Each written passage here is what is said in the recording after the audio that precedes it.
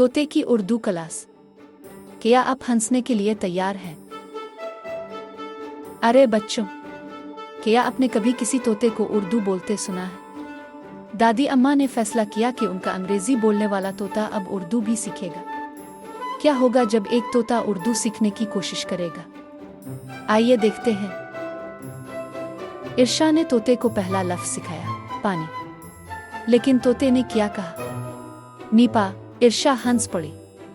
दादी अम्मा ने कहा, लगता है इसे उर्दू अल्फ़ाल्ट समझ आती है। क्या आप भी अल्फ़ाल्ट उर्दू बोल सकते हैं? अगला लफ्ज़ था किताब, और तोते ने कहा उबाबकित। फिर इर्शा ने इसे दा सिखाई, बिस्मिल्लाह। तोते ने जवाब दिया, हे अल्लाह बिस्म। दादी अम्मा ने सर पकड़ लिया। ये तोता तो अल्फ़ाल्टा मुफ्ती बन गया। अचानक तोता बोला, दादी हंसी। इर्शा खुशी में हूँ। तोता सबसे निराला, उर्दू अल्फ़ाल्ट मेरी चालाकी, अंग्रेज़ी मेरी नानी की साली। सब हंस हंस कर दोहरे हो गए। क्या आपको भी हंसी आई? अब आपकी बारी।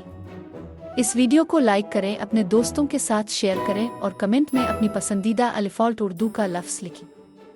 देखते हैं कौन सबसे मुज़क्का खेज़ लफ्ज़ बनाता है।